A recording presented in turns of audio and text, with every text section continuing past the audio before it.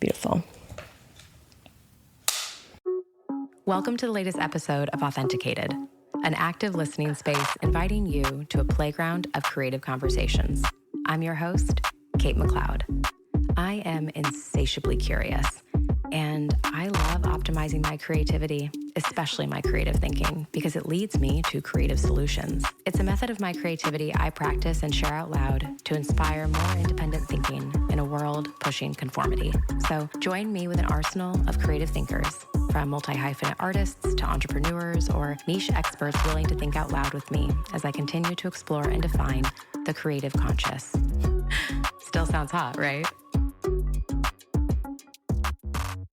Elle Morgan, welcome to the podcast. Thank you for having me. I'm excited to have an authentic conversation with you yet again. Again. We've never done that before. I know, not us. No. Where are you at today? What's been on your mind? I am overwhelmed and holding on by a thread. No, I am overwhelmed, but it's good overwhelmed. I'm directing a project at Pace, Sweeney Todd, the musical, and dealing with some slight, I don't want to call them microaggressions, but they certainly feel a little bit like it sometimes. Yeah. From the director chair, dealing with that sort of establishment, sort of how things have been set up already. And I'm one of the new folks in the mix. So dealing a little bit with that, but like the students and like what they're bringing is so warming my heart and like making everything worth it, that I'm doing well. So it's like I'm tired and also full. Well, is that because where there is friction, it feels like that's a place that you want to be putting your energy to make it smoother? Yeah. And I think the friction is just, I think often the different ways that people communicate. I think people in different spaces communicate in different ways. And so the being behind the table in this capacity is on the newer side for me, especially at the age I'm in now and sort of in the kinds of circles I'm getting to talk to people. Yeah. I am probably one of the newer energies in the space. So adapting to how people communicate with each other has been really interesting for me, because I'm sort of always hell-bent on like, I think we need to communicate in a way that like we would hope to be communicated with. Yeah. But people are just very flippant and kind of throw things around and are just really fast. It's a thing for me. I'm like, it doesn't have to be that way. No. And it also sounds like a lot to balance too, because you're at where you're at in your career. You're back in a learning education system with young artists who you're trying to get what you need to get done for the school, for this to be done right by the school, whatever their parameters are. But also you're a working professional who knows exactly how it's going. And you're also probably bearing witness to how education systems are so antiquated. Sure. So what are you learning there in that space? Like what's there for you that's intriguing or exciting? Ooh, I mean, the students, they are the entire reason I'm there. I remember what it was like to be in school, and I remember I loved school, actually. I was one of those dorks that really enjoyed school. And now as an adult, like having been in this business for goodness, decades, I think that like the things that I've been exposed to, I just want to be a part of helping those students have some of the seeds that they need for when they get into the business and encounter things that were not things that I expected to encounter, or that were not things that felt good. Or I want to help them already have seeds to be armored for the things that they might meet, even if they don't quite realize that those seeds have fully been planted yet. Like, I think we hear what we are able to hear at any given time. And so I want to believe that if I can plant some seeds, maybe they will blossom like when they are needed to blossom in their future. But me experiencing the things that I've experienced, and like, look, it's not me saying, oh, woe is me, I've been beaten down. I'm not saying that, but I've had a full experience. I think the things that I've noticed that I realized were sort of expectations of the business that I had. One of the biggest lessons being, don't expect anything. and learning that it's a business. So don't expect a thing, and make sure that any things that you expect are all in your contract so that those things have to be executed. Yeah. Otherwise, there is no reason for you to expect anything. You haven't been promised that. Broadway does not promise you anything. I came into things being like, oh my God, we're just going to have this and this and this will happen and this will happen. And just realizing like, oh, that's actually you expecting too much in some ways. Even if those things seem like base level, if it's not in the contract, they're not things that happen. And just taking ownership of the agency that you have as an individual. I mean, these are life lessons too, but I feel like if I can be a part of helping these students not only craft what they have and shape the gifts that they've been given, if I can help them do that, then I can also help them feel a little bit more emboldened to share the things that they feel like they need as humans. We're not in a system that necessarily is going to remind us that we have that kind of agency. So it's like, well, I want to let you know that you do. Like, you don't have to be in a room that you don't feel great in. And if there's ways that that room can help you feel more like you're able to do the job that you've signed up to do, don't be afraid to let people know that, because I do believe that there are people who want to know that and who like would love to be a part of making sure that your environment feels great and that you can do your best work, because it's going to serve not only the piece, but it's going to serve everybody else in the room that much better too. Yeah. The students are why I'm there. And so any of the things that I confront in academia, the students are the reason that it's worth sort of, I don't want to say dealing with, because that makes it sound like just, oh, they've been. It's like, no, because the production at that school is fine. I think it's just I am new, and I think I am entering a space that they've done shows together for years. They've sort of put things together a certain way for years. Mm-hmm. So they have their quick and easy, like, this is how we do it. This is how we do it. Boom, boom, boom, boom, boom. And like, that might not necessarily be how I do it or how I've been used to doing it. And so being met with that, I think, is a learning situation for me too. And also moments to like take note on like, you know, post-production, when I can say like, if this had been done this way, it might have been a little bit more like in line with what I would have needed in the process. Okay. And I also could have been more vocal about things, but I am definitely a human who does not like to ruffle feathers. Yes. But it's room for everyone, though. Yeah. And it also sounds like, and I'm curious if you've had another opportunity like this, it sounds like a really wonderful place for you also to be having active conversations with your younger self, too. Mm-hmm. Because it seems like I don't want to call it humbling, but there's an active listening here where like, and the ego's out the window of like, okay, yeah, you could have done this better there. Mm-hmm. I could have done this better here. At the end of the day, we're just looking for better, and it doesn't matter who has to give where. The best idea works. The best idea wins. Mm-hmm. And I will say there's not been lots of like that happening at all. I think it's just, for me, there's a base way that some people communicate with each other that I think maybe I'm just a softie, but I think that there are ways that we can communicate with each other that don't feel like flippant and fast. And I think a lot of tech crew type of folks, I do think, are a little bit more abrasive with each other in certain ways. And I am a snarky bird, so like I can go back and forth, like that's fun for me, but I just think there's a little bit of an abrasive energy that some people in more hands-on sort of things sometimes can have, that in the process I'm like, oh, I'm being the artist in this. I'm being the like the actor type in this. I'm like, oh, well, that really hit me because, you know, I remember Meisner. I remember these things where if you say something to me in a certain tone, you might catch a tone back. And like sort of stopping myself going,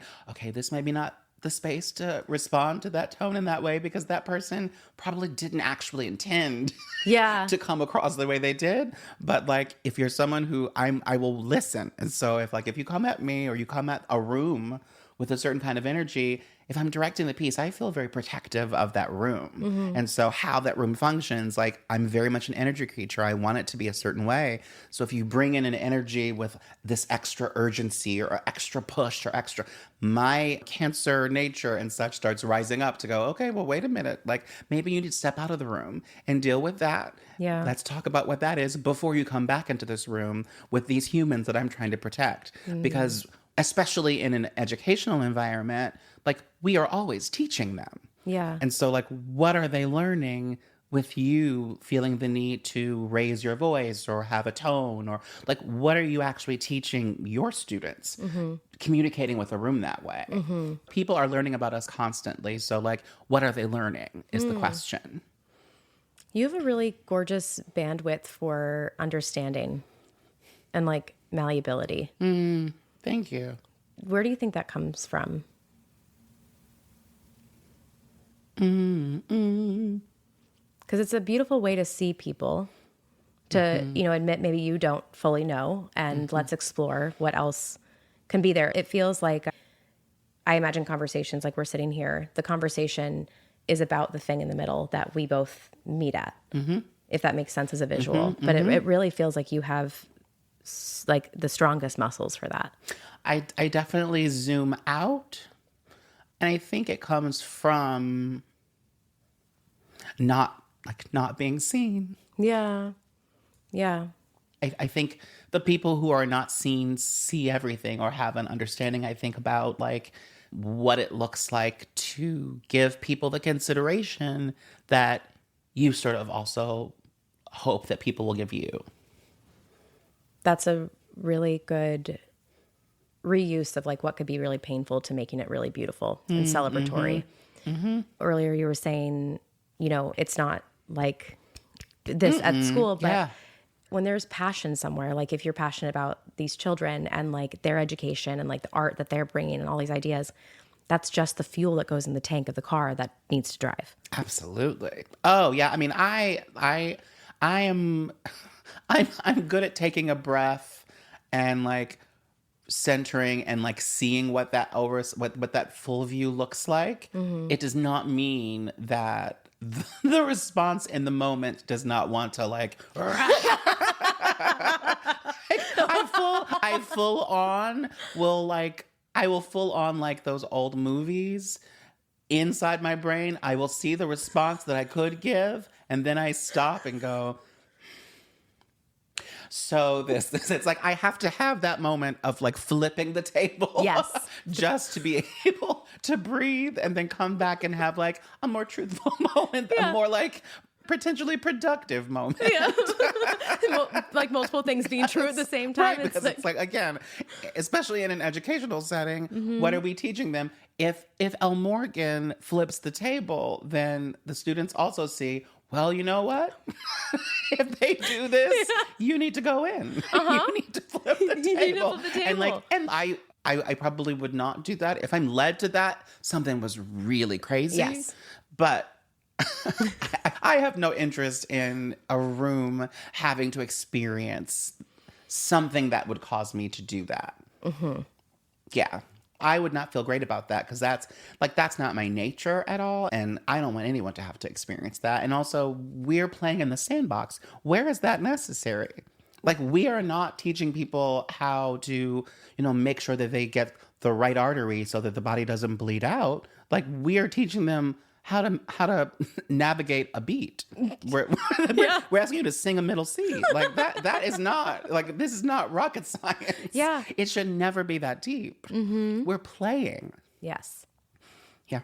I think education for me, when I got my bachelor's, my master's, I feel like that sense got lost a little bit just because education itself can tend to make it more serious than is actually necessary and that kind of takes the joy. And I enjoy hearing another person sharing similar sentiments of like, if it ever got to a point like that, something really was wrong. Yeah, we've lost the track. Yeah. And I don't want that in this space. I don't want you to see me that way. I don't want to be that way.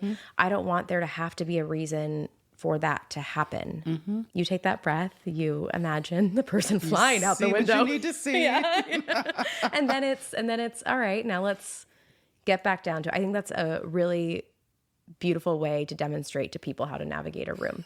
Because the quickest way for you to lose any credibility and lose any power in a room is by demanding to have it like that. Like I am. This is I listen to me. Listen, I'm in charge. Like, are you? Are you in charge? You've lost it. You've lost it. You need to go get a water break. Yeah. I want to ask what your relationship is like with fear, because that came up when I was just hearing you speak on that. Ooh, what is my relationship with fear? I mean, I certainly have lots of them. Well, I'm not even sure how to answer that. Like, what is my relationship with fear? I have plenty of things that I know that I am afraid of. There are some that I am bold enough to sort of just push through. I think there is a dream version of me on the other side of the ones that I'm the most afraid of. And I think that I'm always like, I can see her there, and then I am terrified to take the steps to get to her, because I think there's always a fear of also then what? Then what is sort of the most, If you get there. I think, scary thing for me in some ways. Yeah. It's something that I've had to acknowledge, and it's something I know about myself. It's something I know that's like an ongoing battle for me. It's wild. I talked to someone yesterday, a young person that a young person because I'm 85 years old. Someone who was younger than me that I talked to yesterday, and one of the things I mentioned to him was, you are someone who seems to do everything like the way it's supposed to be done. Like, if this was a class setting, you are like the perfect student. You do everything. You make sure that all your I's are dotted, all of your T's are crossed. Everything is together. And I said, where is the mess? Like, the thing that you say that you feel like you need, I would dare say, is somewhere in the mess. Like, if you're planning out your day, if you wake up in the morning, you do this every day, then you do this, and you do this, and you do this. When do you like throw that off? When do you wake up and go, you know what? I don't want that smoothie for breakfast. I'm going to have pancakes. When do you say, I'm not going to take the subway to work today. I'm going to jump on a bike and take a long way. Like, when do you just go, you know what, this day, I'm over this day. I'm not going to any more classes or meetings for the rest of the day. I'm going to take a walk across the Brooklyn Bridge and get some ice cream and sit and just like put my feet in the grass on the other side. And I was like, when do you throw off your path? When do you mess up everything? When do you do the things you're not supposed to do? When do you stay up too late and hang out with the people that like irritate you and like stay at the bar with them for the whole night instead of leaving early? Like, when do you do all the stuff that like looks like life? Yeah. Welcome disruption. Yeah. And so I was like, when do you do those things? And he was like his face was sort of like taken back, like, wow. And I went, yeah. Because in our business, in our industry, you have these people who are living the most like reckless, wild, sort of irresponsible, quote unquote, lives. And then they get up and do work and you're like, you're incredible. You're mind blowing. And then you have this person who goes to bed at the right time, who's disciplined, who does all the things they're supposed to do. And they get up and it feels like there's something missing. And it's like, the thing that I believe that's missing is the mess, is a little bit more of that, because that's relatable. And like, that is the thing. It's like such weird, almost advice to give someone. No, where I I'm don't like, think do something kind of yeah. like really crazy because you owe it to yourself. And I was like, I don't mean go out and starting habits that might like actually hurt you or like cause problems in your life. But like, shake it up a bit. And I think I said all that to say, in that like discussion around like fear and like the other side of that, I've built that thought about all of that because I am that person Who wants to dot all the who I's? wants to dot the I's, who wants to make sure things are together, who wants to like, and I think the older I get, the more sort of comfortable I get with not. And so I think also then the more I find of my own self in the process of that, digging through the mess, like having things not be perfect or not be together, or it's like then I start to actually go, oh, wait, that's who you are. But there's always going to be the like little pockets that are like, yeah, you're willing to do all this, but will you try that? And you're like, oh, no, not just yet. I need a little more time before I can get to that, because there's more. I don't know, even as I say it out loud, there's a part of me that's like, well, because what's on the other side of that? And you're like, maybe the things you want. Maybe the things that you want, maybe the things that you've been looking for. That is such wise advice to give to people. I have been given that advice specifically to get messy my whole career. And I'm still trying to find ways to do it. And I am at a place now, I don't know if it's age or being exhausted, I have no idea. But like just now doing whatever I want to do, you know, and when things aren't joyful, not doing them. If I, you know, wake up at 6 to go to the gym and I don't feel like it that day, I won't go. Because I believe that intuition. I think it's part being a middle child, also for my household, which was amazing growing up, but I was always like the conduit of calm. And just like making sure everyone was even keeled, and I can code switch so quickly for that reason. But it's hard to welcome in the mess because I want to show up on time. I want to show up looking my best. I want to show up with an outfit that looks like it made sense. But also I feel good in. And I feel like the mess happens within the skeleton of all these like perfectly executed, curated things, you know? That's me Yes. too. It's like, I'm messing it up. I stopped at Sunday morning cinnamon buns today and I got that cinnamon bun. You're like, that's not mess. Like, what do you mean? That's not mess. You're like, but I did it. I pushed that thing I was not supposed to do. And you're like, and now you might have like high sugar issues. So Yeah, like, exactly. That's maybe not helpful. Yeah. But it's like the small wins. Like yesterday I went to Nick and Son's bakery and I was like, I'd like a cardamom bun. And they were like, oh, well, we don't have those. And I said, oh.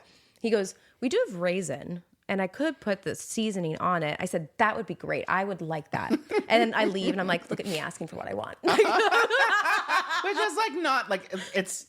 It's like goody two shoe mistake, like mess ups. It is, and it's actually really frustrating. Yeah, but like I think we're also just programmed to do a certain thing, and like when it becomes a part of your regular routine, to break that is like it's a bigger stretch than I think you realize. Which is one of the reasons I do appreciate age, because there is something to getting the gift of being on this earth long enough to start to go, it's not that deep. And we sound crazy when we're like trying so hard to be like this picture of perfection.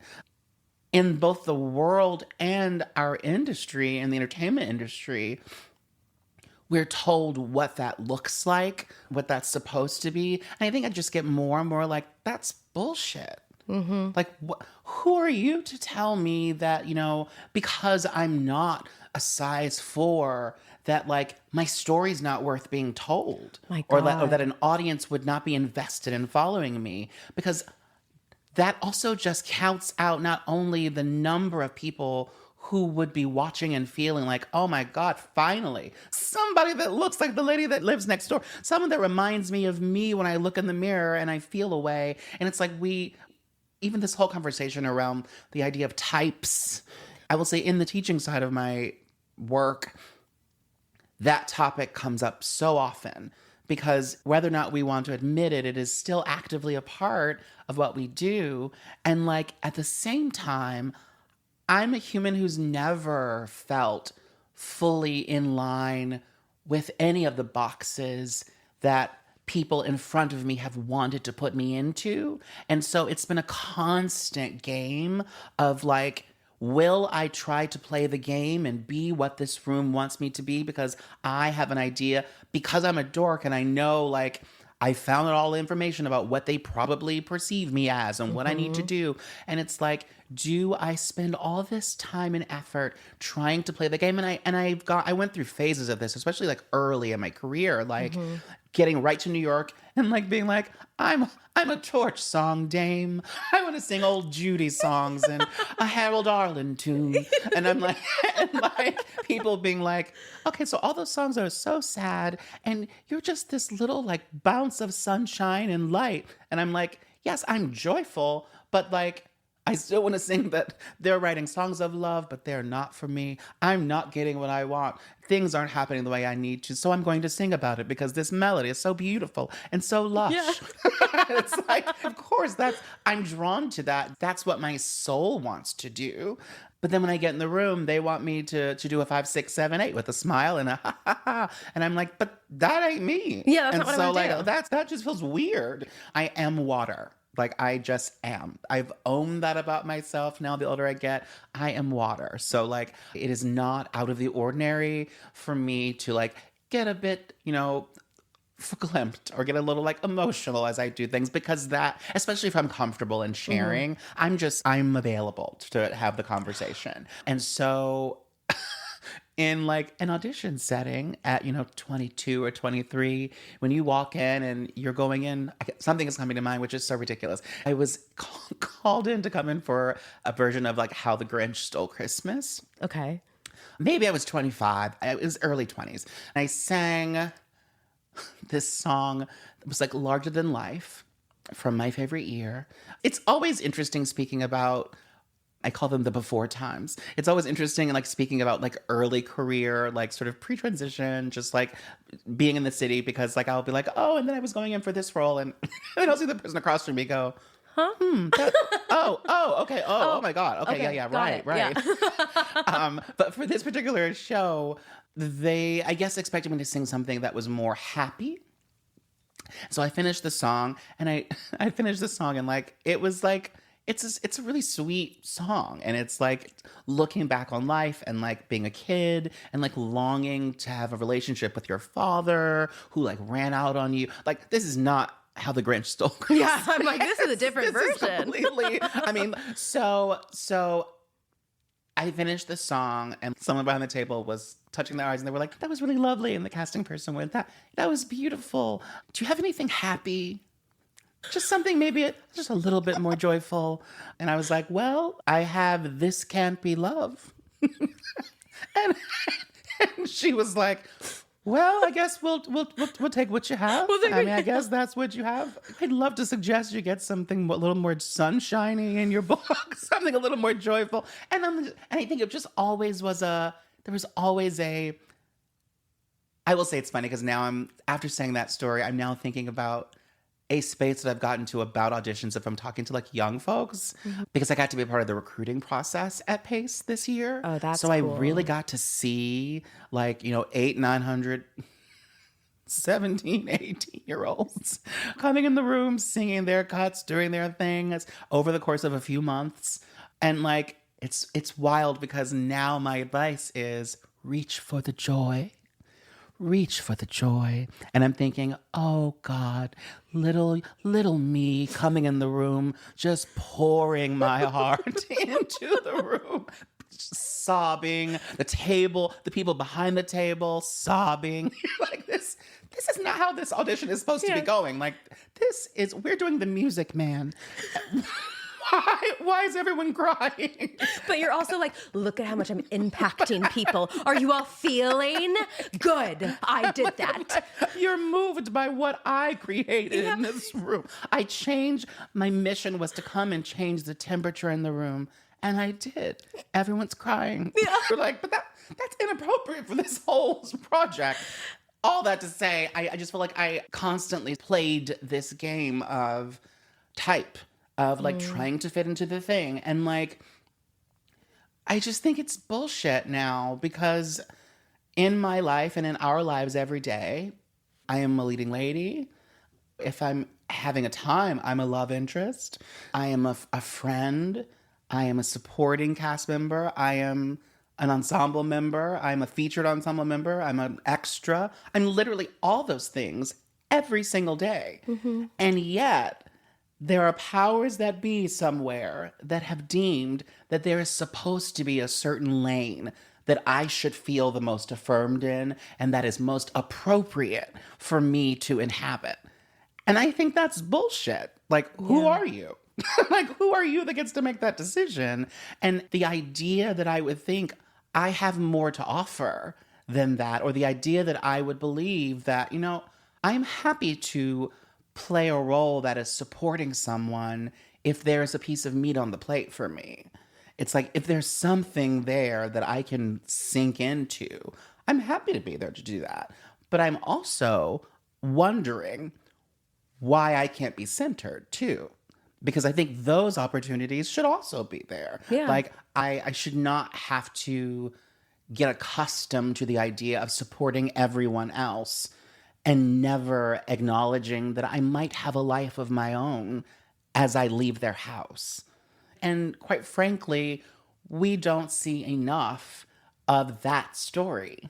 And I think that is one of the things that I want to believe that our world is thirsty to see more examples of the people who are often not centered.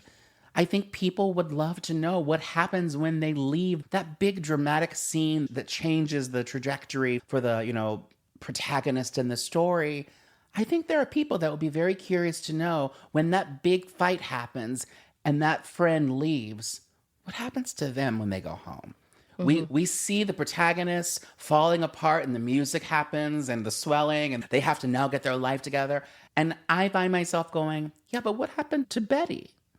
Like, what's she doing? Because she's in her car also feeling away because this relationship also broke for her. But we're not supposed to follow her because Betty is not the size 2 doe-eyed ingenue that we're supposed to watch. And it's like, I'm not taken away from the doe-eyed ingenue. No. She's got her lane.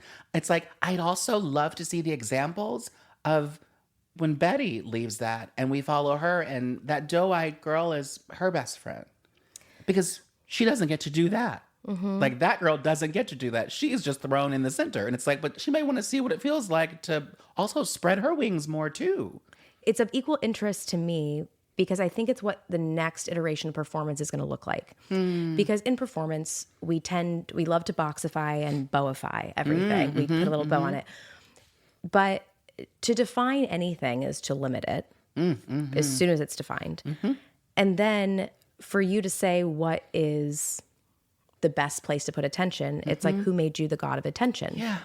Maybe I'm tired now of seeing these big pivotal moments. Like, I get it for plot and everything. Sure. But maybe then I want to have a nuance of seeing the human, of seeing that quiet moment with someone coming down in their car after a big fight and that drive home, that just is going to be a different drive that night. Those silent moments, those quiet moments. But money has to be made at the end of the day. I think it's always stick to what we know, stick to what we know. And it's just going to get old so quickly. Yes. Yeah, because even you saying that, it's like, there's a world where I want to see the version of that where that's the early part of the film, where that happens in the first, like, 15 minutes of the film. You thought that we were following this one, and then you realize, no, that's the one we're following through this story. Ooh. I mean, sign me up. Take me on a ride. Let's go. Sign me up. Because, you're getting to, okay, all right, good for you, girl. Wait, who is this actress? Like, what? This is, because you start going, wait, how did she get this opportunity? Who is this? This is great. Good job. Like, congratulations. Yes. There's something to feeling seen, I say. And when I say seen, I really just mean to have your humanity acknowledged. To not be limited to a single or two adjectives that seem like buzzwords to people. And so you are now sort of tasked with taking on societal expectations of those adjectives, which just takes away your humanity. It takes away the who you are, because you might be like, I don't know anything about those expectations that you're putting on me. And now I sit and speak to you, and then I watch your eyes glaze over and I see disappointment in front of me because I'm not the version of my intersections that you assumed that I was supposed to be. And it's like, that sits with you for a bit. That I feel clearly. So it's like, for me, that makes a home in ways that is not healthy. It's almost like another form of objectifying someone. It's deciding how this person is going to, what they're going to do for you. There is more value in sitting in the unknown than assuming that you're hanging out in the known, because at the end of the day, what do any of us know? Literally nothing. Nothing. Like nothing. Yeah. And the more I learn, the more I realize, the less I know. Like, Exactly. not Barbara Streisand. Like I said, an old Arlen tune, a tune from Yentl. Yeah, we are so often presented with like the opportunity to get everything that we say that we want, and we, just silly humans, find every way we can to like avoid that. And look, I say that as I'm saying it out loud, I'm seeing even the conversation around fear. I'm seeing the little pocket that's like, what's on the other side of that? And it's like, right, well, El Morgan, you also, it's like you also make it more difficult than it has to be. You also push the thing away because what lives on the other side? Honestly, teaching for me is one of those things. Really? Teaching, like jumping in. This year was the first year I had done adjunct work at the school. And that was great. I mean, that was already scary for me because it was like my first time teaching in college. But it was not easy, but it was easier to take in because it was just one class. And then this past summer, one of the heads of the departments actually relocated and had a big life change. And then I got a ping that was like, there might be more work this fall if you are interested. Of course, not in the department chair slot. I'm not ready for that in any way. And I don't know that that's something that I would actually even want. I think academia is real. It's real. I'm not sure that I fully have the bandwidth to take on facing sort of that layer of academia and still have the space to be fully there for the students that I would have. Our department heads are warriors in what they're having to take on, because it's not only what you see out front, it's so much behind the scenes, and it's so much of students. You become mom and dad to them in a lot of ways away from home. And some of the things that get shared it's really a lot to take on. I've learned a lot this year because it was like my first year getting to be a little bit more in the department. The position was full-time academia. As an artist, I say full-time and I immediately am like, oh God, 9 to 5, 9 to 5. It's not 9 to 5. It's full-time academia. So it just means like I have a certain amount of classes, but I am more firmly in the program. So I'm in meetings with the department a bit, like I'm seeing the full picture. Oh my God, September, I was so intimidated because it's academia. And I'm like, I'm through and through an artist. So like the idea, even though when I was in school, I was a dork. I got great grades. I was in all the like AP class type things, but like it's funny, even as an adult, I'm like, I was in AP. It's like I had all the stuff that like made you like, oh, so you were smart. It's like, yeah, I was one of those. But something about like the university setting and people being professors, something about that was just very intimidating to me.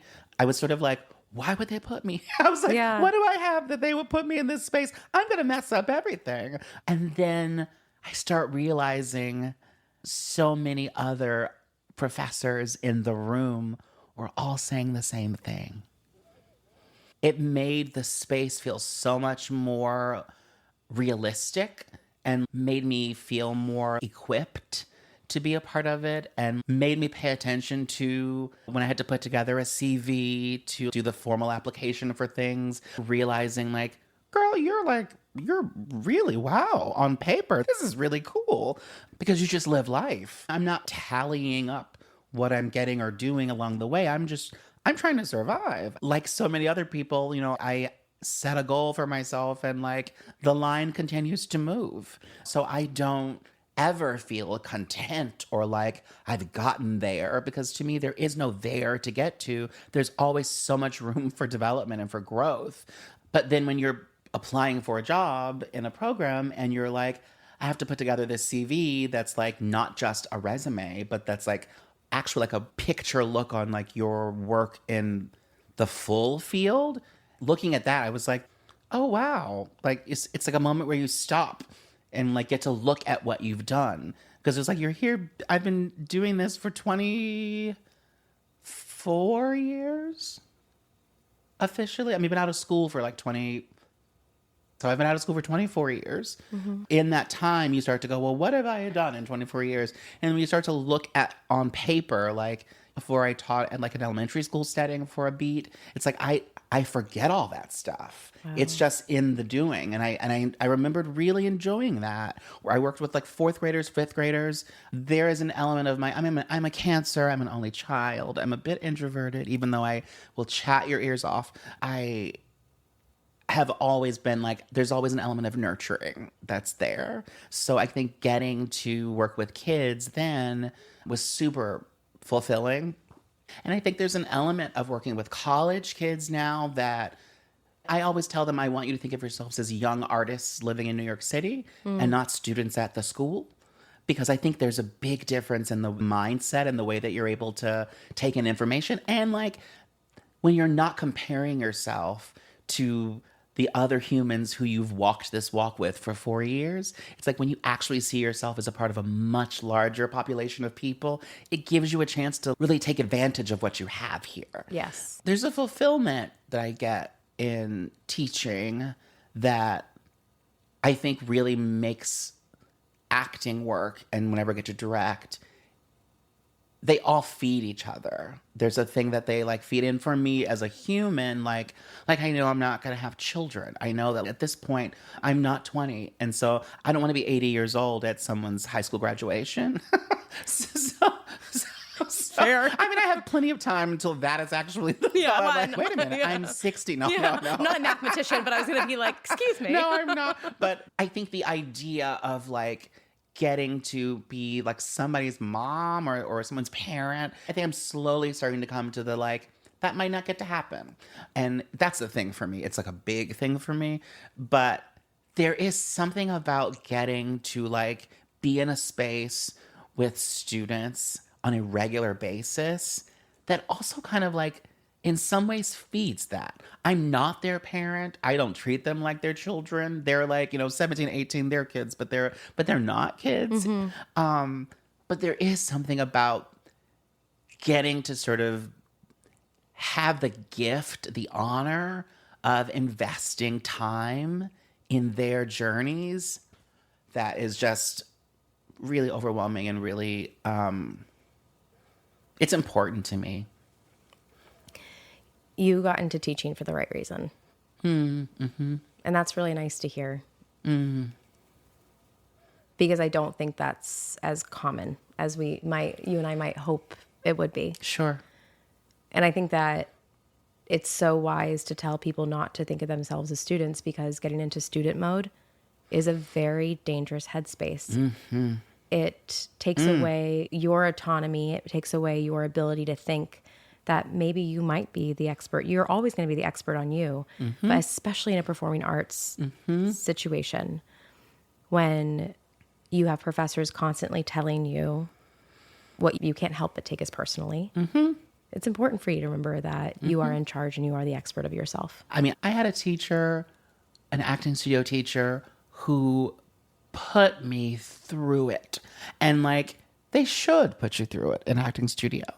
You should have to dip into those ponds. You should have to be challenged. Some of the things that he would say, I've thought about them a lot recently, just because I'm in a school environment and I'm hearing all the Meisner exercises happening around me.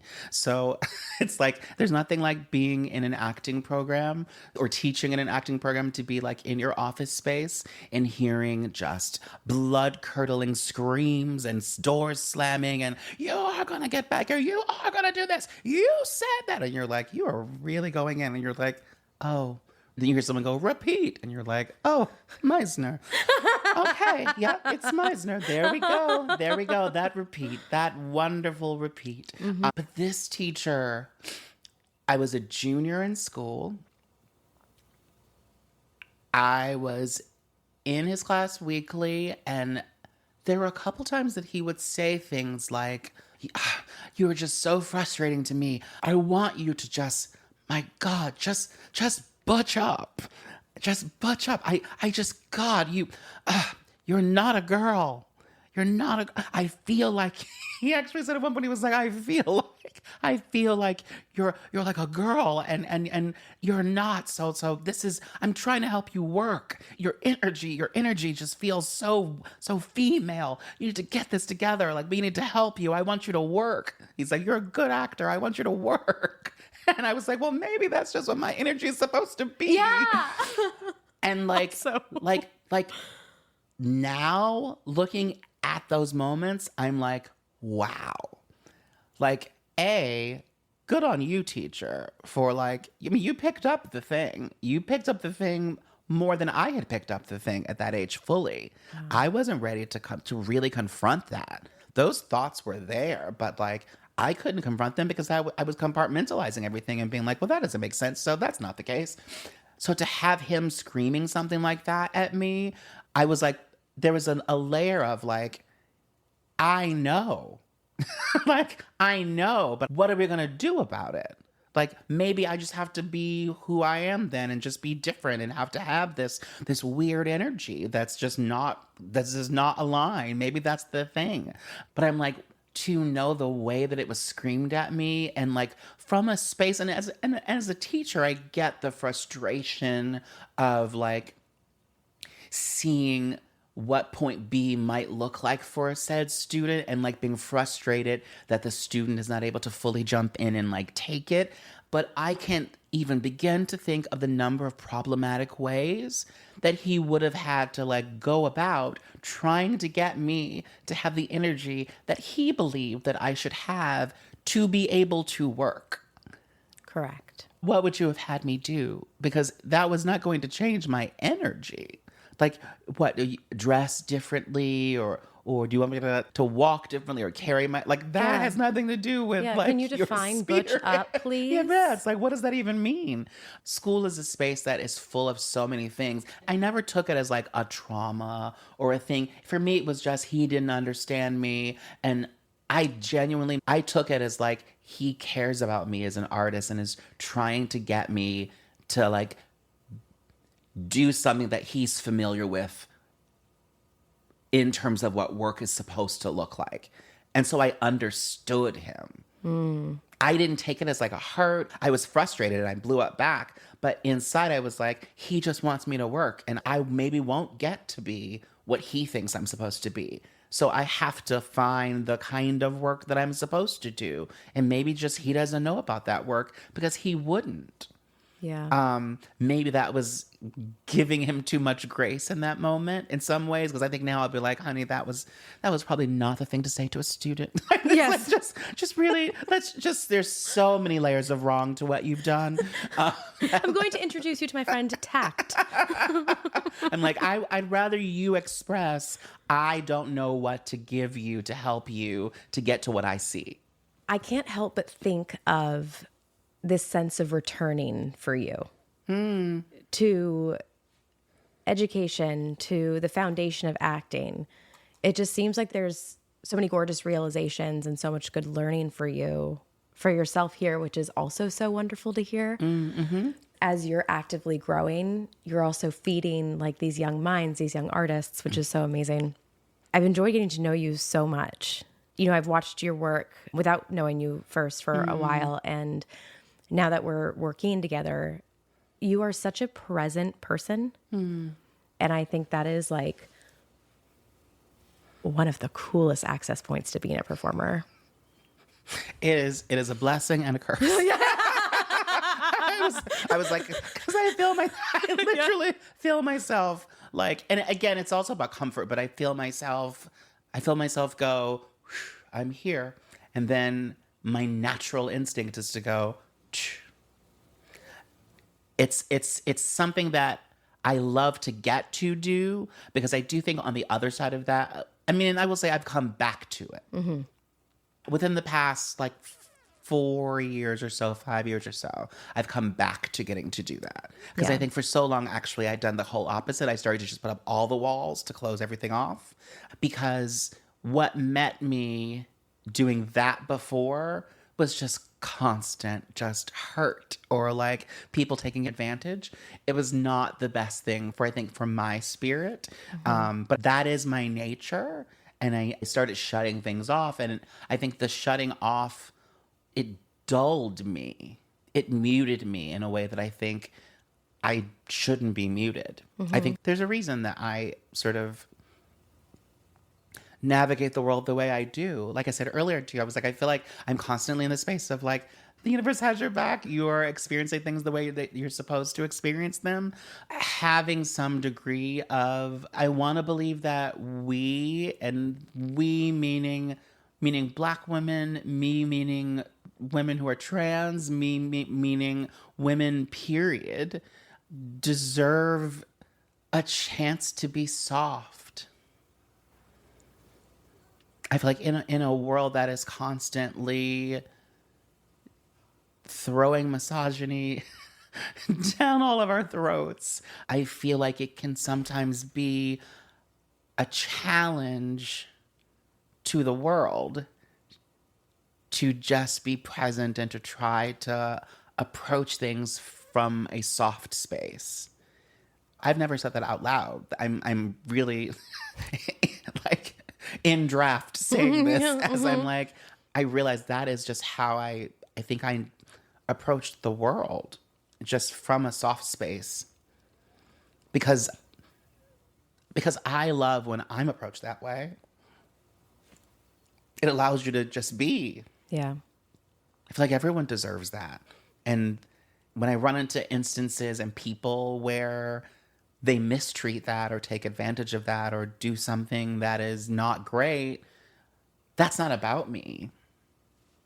It shouldn't like dull my softness because someone else is not able to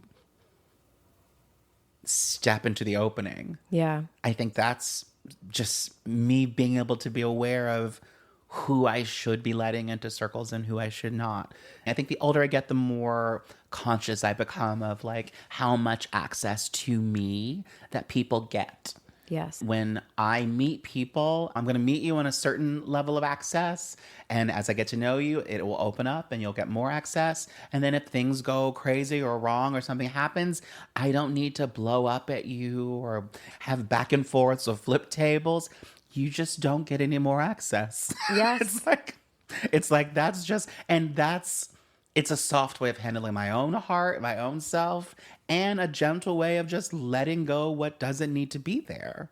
Being anything means that there's a filter. Yeah. And you get to filter out whatever. Yeah. And everything's a spectrum. So if me being soft means that I'm going to get taken advantage of a little bit at some points, I'll deal with that pain when I have to. And that doesn't mean that I don't get to flip the table. Correct. Yes, exactly. But I don't. It's like soft does not mean one is not also able to claw. Like you can have the claw and still return to your softness. I think that's what cancers are about.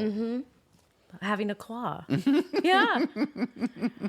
I want to close out with one thought that I really would like to hear from you. And that is, what does authenticity mean to you?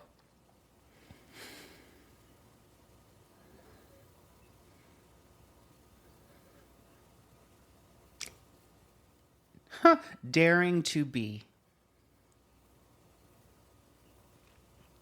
That's so nice.